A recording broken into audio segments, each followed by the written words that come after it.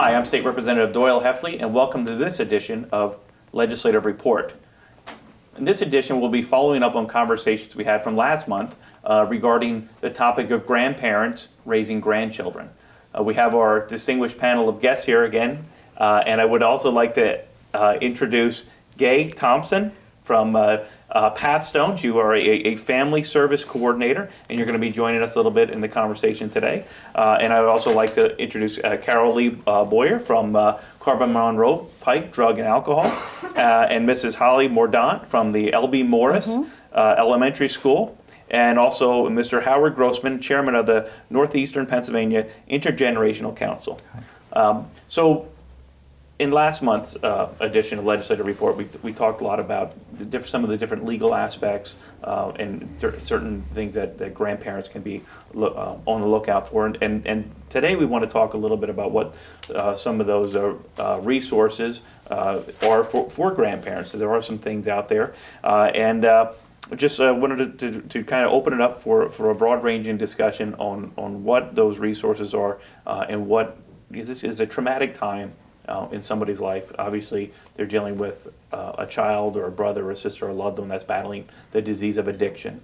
You also then have young children or sometimes teenagers involved in that, and then you have the grandparents who want to just be grandparents. They want to take their grandchildren to the festival and buy them cotton candy and be that role of a grandparent, where now they're having to step in and be that role and step up to be the parent of that child. And it's a different role, and you know, so there's a lot of different challenges. A lot of times grandparents, I think the average age that we mentioned is 47 years old is what we're seeing as the average age of a grandparent raising their grandchildren. But there's a huge difference, not just in music and movies, but in technology and in schools. I mean, myself, when I was in school, we didn't have computers in the classroom. Now you have laptops, you have cell phones. So what are some of the opportunities for those grandparents? How do they be brought up to speed in a process so that they can be responsible parents now? If I'd say a few words about how our coalition started, and 12 years ago or so, the then director of the Area Agency on Aging for Luzerne, Wyoming counties, the Director of Human Services for Luzerne County, and I was with the Social Service Agency then. We got together and started talking about this demographic and what could be done, because there was nothing available really to assist a grandparent trying to raise grandchildren or a relative caregiver. So the three of us got together and decided, why don't we form a coalition of agencies or organizations that we think are or should be deeply involved in what the grandparent is going through. And that's how the coalition started, and it started to grow after time. And then, as I mentioned in the previous program, we started a conference. And I think the conferences are important for a lot of reasons. It brings the grandparents together, and they can exchange ideas and what they're going through. It also brings the social service agency people together with the grandparent. And at the last conference in 2017, we had over 40 vendor tables. It was an amazing number, and we hope to continue having that high a number in the future. And the other thing I would mention is that there's another group that's been formed in different counties of the Commonwealth, and that's the CASA group, the Court Advocate Support Assistance Program. And they're designed to do what those words mean: support the efforts that the masters or the attorneys go through, or the judiciary goes through in looking at different cases. And I would just emphasize that judiciary is extraordinarily important in this whole process, especially when you start talking about legal custody or other factors that are legal in nature. And at some point, you might want to have an appropriate judge from Carbon County deeply involved in what is going on.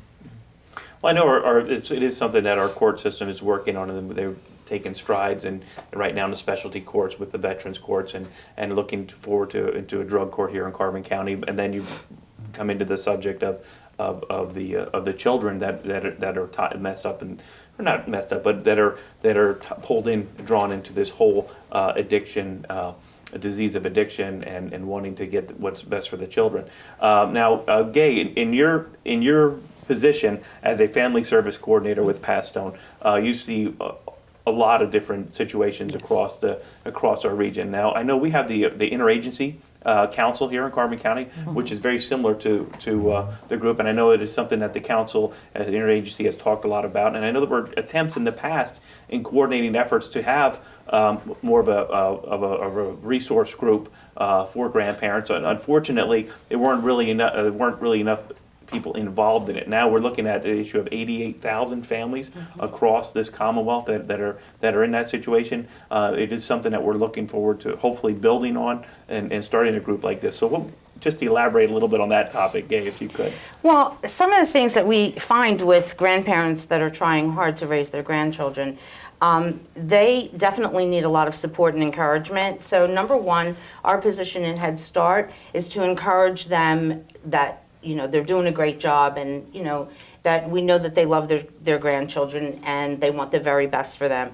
But they're dealing with very emotional issues, because not only are they trying to raise their grandchildren, but they're also concerned about their children who are going through either addiction or whatever the situation may be with them being incarcerated. So it is very, very difficult. We do try to encourage them the best that we can. But we see a lot that they need a lot of counseling, family counseling, counseling for the children. They could be babies on up through teenagers. So we do try to lead them in the right direction there, although it's very difficult.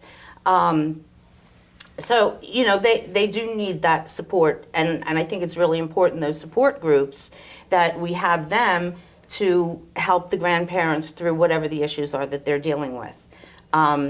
However, some of the problems with that is they can't attend the support groups if they don't have babysitters to take care of their children or to take care of the grandchildren. And so they're going through a lot of heartache. They definitely need support and encouragement all along the way. And sometimes we just don't have the resources to provide that to them. But just our encouragement, and letting them know that we're there for them and that we will lead them the best way that we can to the support groups that we can to help. Now, the early childhood programs that you operate, what are the ages and what? So, if a grandparent is now gets custody, how would they go about looking at what are the options to try to get their grandchildren into a program like that, where they can get a lot of these resources and that help, and they also could get some time during the day to take care of other things. Right. Well, first of all, in our early Head Start program, we do serve pregnant moms. So we do have some teen moms that are pregnant and need some help. So we serve pregnant moms through children through the age of 3 for early Head Start, and then we have our Head Start program, which serves children from 3 to 5. And but the grandparents need to have the information available to them in order to get the children into the program, such as birth certificates. And I know we talked about that before. If they don't have access to that, there are other items they could use, such as immunization records or physicals or that sort of thing. But they don't always have access to that, so it makes it difficult for them. So we do try to encourage them, to get involved in our program, because then we can help them to find the resources that they need. So, and that would free them up during the day. A lot of our grandparents are working, so it makes it really, really difficult. If we can't get them into our program where they know that their babies are well taken care of and loved, it makes it really hard for them. They're really struggling. And let's face it, they're tired. They've raised their own kids, and that's tiring enough. But now you're raising grandbabies. It's really, really tough on them.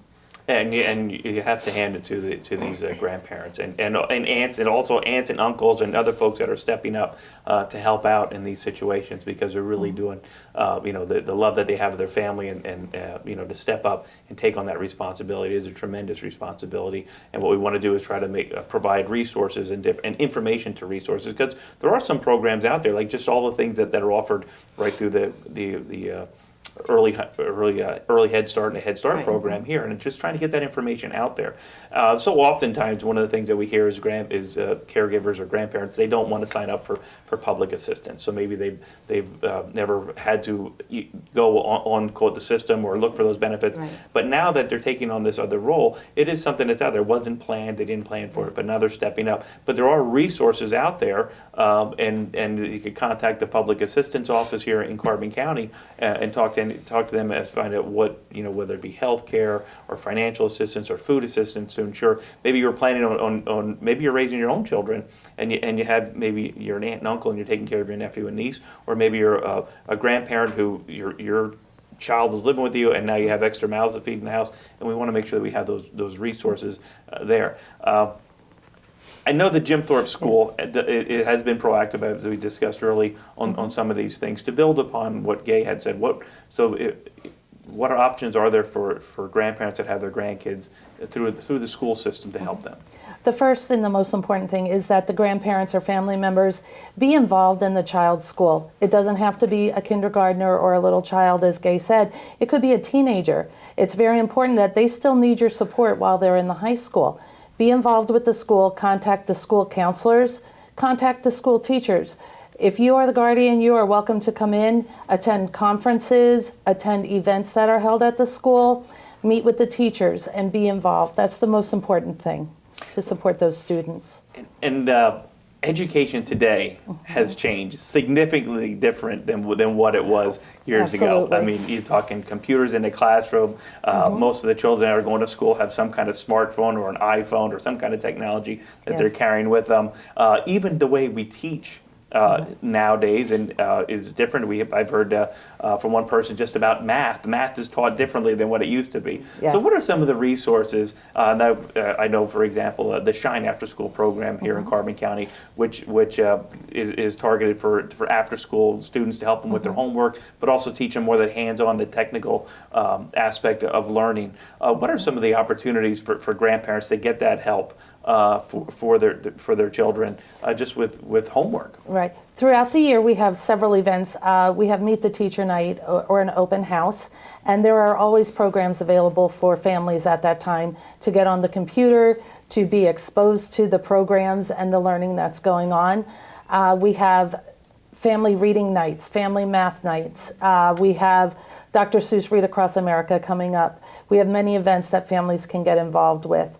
Throughout the summer, we also offer school support programs, summer school, not just for students who weren't doing well, but for everyone.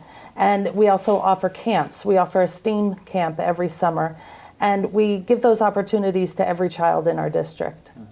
I think one of the things to encourage grandparents is to keep their kids, keep them active. Whether Yes. they be involved with athletics, whether it be football, soccer, softball, baseball, or any of the other different aspects in sports that are out there that a lot of them are run through the different schools now. Now you are the principal of the LB Morris and Jim Thorpe, Yes. and I know that there are other school districts also provide those types of services. But just to encourage them to continue on to keep their young ones active and keep them involved in the community. And it also gives the grandparents and the family members the opportunity to meet with other adults at those events and to talk and form relationships and other support groups. And that way they also know who their children are friends with, who they're hanging out with, what they're involved in, and it's a great opportunity for both the parents and the children. Yeah, it's kind of it's like learning how to parent again. Yes. But thank you. We're going to take a brief intermission, and we'll be back in a few moments to continue our discussion on grandparents raising grandchildren.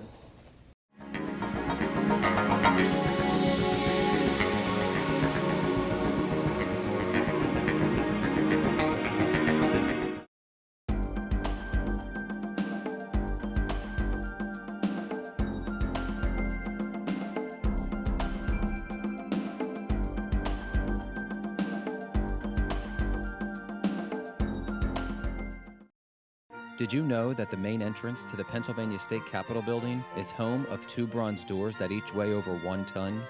As the primary entrance to this beautiful architectural building, the bronze doors signify the many accomplishments and sacrifices endured throughout the history of the Commonwealth. The magnificent archway over top the doors contains a portrait of William Penn, founder of the Keystone State. The upper panels on the doors commemorate the forming of our nation with the signing of the Declaration of Independence and Constitution. The bottom panels depict the laborious industries of the Commonwealth, including coal mining and agriculture. Now you know. Hi, I'm State Representative Doyle Heffley, and welcome back to this edition of Legislative Report as we continue our discussion of grandparents raising grandchildren.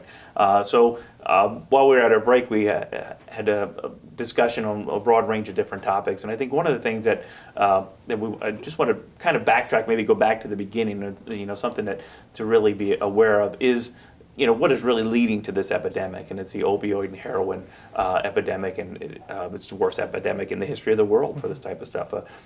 And really what fueled a lot of it was the overprescribing of very powerful medications for pain, Oxycontin, Percocet, oxycodone, which is all pill form of heroin, and we've exposed a huge segment of society to the powerful addictions of these opioids. 82% of heroin addicts admit to having first started with prescription drugs, whether it would be through a prescription or from getting them out of a medicine cabinet. So we always want to remind everybody, parents, grandparents, or anybody listening, so if you have an unwanted or unused prescription in your medicine cabinet, take it to all the local police stations here in Carbon County, have a take-back box, drop it off and get rid of it. You don't want that sitting around your house. Second is to be cognizant of if you're going to a doctor, you're getting prescribed a medication. One study I read that 25% of people that receive a second prescription for an opioid develop some type of addiction, whether that be just withdrawals when they stop taking it, or whether they go into any kind of addiction issue, and that's what's really fueling this. And now we're sitting and talking about grandparents raising grandchildren, because there was a whole generation of folks that were kind of blindsided by this opioid epidemic. So I think it's important that grandparents realize it, and also parents, if they're having grandparents moving back home with them to take care of them. A lot of times, older folks that have maybe knee or hip replacements, they have this medication in their household to keep that locked up and keep it away. If you're dealing with somebody with grandchildren that were being raised in a home where there was an addiction issue, or if there's an older sibling in that household that's dealing with addiction, the likelihood of those younger people in that house following in those footsteps into addiction is much higher. So obviously the grandparents have a lot of opportunities, and that's why we're having this conversation as to what resources we can provide them. One of the things that we do annually through our district office here is our Drug and Alcohol Awareness Expo. And at that expo we have a broad range of vendors. We do it every year in October at one of the local schools. We do have a broad range of different providers that provide services. And Carol Lee, you always set up the mock bedroom in which we set up a bedroom, and so parents and grandparents would know what to, and also younger people would know what to look for if you think somebody might be hiding or using illegal drugs. Yeah, our office has been fortunate enough, as you said, Representative Heffley, to participate in your annual Drug and Alcohol Awareness Expo. And what we do is we set up, it's a mock teen bedroom, where it is to simulate the typical, bedroom of an adolescent. And we have drug paraphernalia that we had purchased to show really how crafty manufacturers are with targeting our adolescents. So examples are what it looks like, where it could be hidden, combinations of different pretty much household items. By themselves might be okay, but if you have a couple things together, that may be an indicator that there's a potential drug or alcohol issue that's going on, with that individual. And it's about awareness. Yeah, and so grandparents would have that opportunity. They could contact Carbon Monroe Pike Drug and Alcohol at any point to try to, if they wanted to set up a time to come in and speak with you about anything like that. So one of the other things that we talked about was the trauma that these young people are experiencing, and also the grandparents to a degree in dealing with addiction. There's I think the average is 1 in every 4 households is dealing with some type of addiction issue, whether it be alcohol or drugs or so if a child or a young person or even a grandparent is going through that trauma of that addiction, if they have Medicaid or CHIP healthcare. They cover counseling for those types of things, and also Carbon Monroe Pike, the mental health aspect of that also provides those services. Correct. And I mean, one thing that I can say that about our organization I'm very proud of is that if somebody has funding through insurance, whether it be state insurance or private insurance, if they're a Carbon County resident and they don't have those insurances, we don't turn people away. We will see people. We're considered what's called a single county authority. We get funding from the state, which allows us to see uninsured, underinsured individuals. And adolescents, it pretty much doesn't matter what their financial situation is. They will be seen. We don't turn away, any adolescents and any questions that anybody has. We have a toll-free number. Our referral center is manned from 8:30 to 4:30, and we also have emergency on-call services, which are 24 hours a day. That number is 1-866-824-3578, or if somebody even has a general question, concern, they can feel free to stop by out at our office at 428 South 7th Street here in Lehighton, or they can give our office a call at 610-377-5177. And also, now you had mentioned earlier about the programs that you have in the school. So whether it be a child that maybe wants to speak to somebody at the school, you have counseling or social workers. What steps could be taken if a child has some concerns and wants to speak to somebody? Well, they can just come down during the school day, and it's a private conversation. Nothing is shared with anyone unless there's a need to, but the children are supported fully in the school through the school counselor or the social worker. If their needs are beyond what we can do to help them, we will reach out to the local organizations in our county. And Doyle, also to add, we have student assistance programs, the SAP teams, which are located, or actually based in pretty much every school in Carbon County, which a school-age child is able to also reach out to for additional support. Yes. We work with Carbon Monroe Pike, and we do have a worker who comes into my building once a week and is able to meet with students in 5th grade and 8th grade. And then in the springtime, she will do smaller group sessions on various topics. So it's a great opportunity to work together and bring those services right into the school. Okay, some of the programs that you offer here as well, some of the things that you see in your the Head Start program and with some of these younger folks coming in, what are some of the things that you see are the services that are out there? Well, what we can help with, in addition to our school, having access to our school, we could register the children for one of our programs. We have an early Head Start program, which serves pregnant mothers, babies from birth to 3. And we also have a Head Start program, which serves children 3 to 5. Now, we can help that grandparent or family member if they don't have these services, such as medical assistance or food stamps or what have you for the child. We can help them to apply either online, or we can help them fill out the paper application. So if they contact us, we can, help them through those steps. We have 2 centers. We are Carbon County Head Start, run through Pathstone. We have a Coaldale Center, and we have a Head Start Center, or a Lehighton Center, which is right here in this building.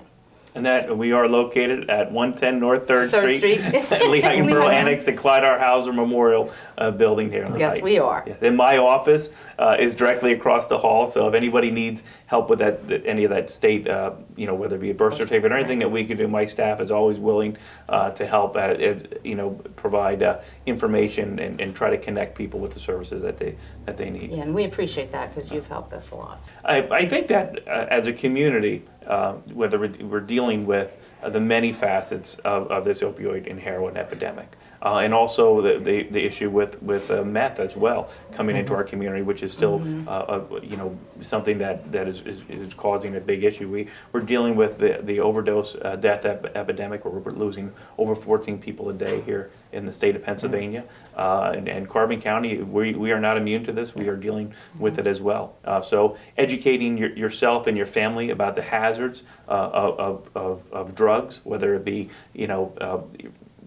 marijuana or alcohol or experimentation and what that can lead to, but also the hazards of the prescription opioids, which are so addictive and can lead to addiction, to the dangers of just fentanyl, which if just somebody gets it on their skin could cause an overdose, to wanting to educate families on Narcan, the life-saving overdose reversal drug, which Carbon Monroe Pike, if anybody wants to get a prescription, they can come over, they can go through the training program, they can contact you to get training and pick up that Narcan. I would advise any grandparent or loved one that's dealing with a child or anybody that's dealing with addiction to an opioid to have that on hand, that life-saving drug that can save a life. I met with a person who was revived 9 times. He's now a counselor for addiction treatment. So it's never too late to give up. Recovery is an option. But to educate yourselves on what the hazards are, what's leading to this epidemic, to prepare yourself and your family for that. We can't ignore it. It's in our community, and we need to all pull together, whether it be our public education system, our single county authority, or early childhood, or through all the different community organizations that are out there, whether it be the public benefits, making sure that people that are falling victims to this epidemic are going to get the resources that they need. And I thank you for your time in coming out today to discuss these topics. There's still a lot to be discussed, but we'll get through this. We're not going to lose. We're going to win. We're going to come out of it stronger as a society. But it is something that we're dealing with. And people that are dealing with addiction are dealing with that addiction for their whole life. So giving them the resources and the help that they need, and just continue to reaffirm that recovery is an option. And also for anybody that's dealing with an addiction, you don't have to go through it alone. That you can come out. There is help out there. Talk to your family. Prepare them. That, as we talked earlier in last month's episode and earlier today, that proper preparation, if you do have children and you're going to be going into some type of treatment, to filling out that paperwork and that document is going to make for a smooth transition, and it's going to be the best that you can do for your children at that time. Because if you can't take care of yourself, if you can't heal yourself, you're not going to be able to provide that help for your children. So as we work on this issue going forward. I know here in Carbon County we continue to have meetings. There are a lot of councils that are out there, and I look forward to the day when here in Carbon County we have that group that's going to meet regularly to assist their grandparents. I think we're getting there, but there are resources out there right now, and anybody can contact my office or Pathstone, the Head Start program, Carbon Monroe Pike, Jim Thorpe School District, if you're in Jim Thorpe, or any of the other school districts, and what the services are out there, and find out to prepare yourself, because it's in our community. We all need to be aware of it, and we all need to do our part as we overcome this epidemic. But I thank you all for tuning in today to this edition of Legislative Report. And if anybody needs any state assistance or that my office can provide, the numbers will flash on the bottom of the screen shortly. Please feel free to contact us at any time at any of our locations. Thank you.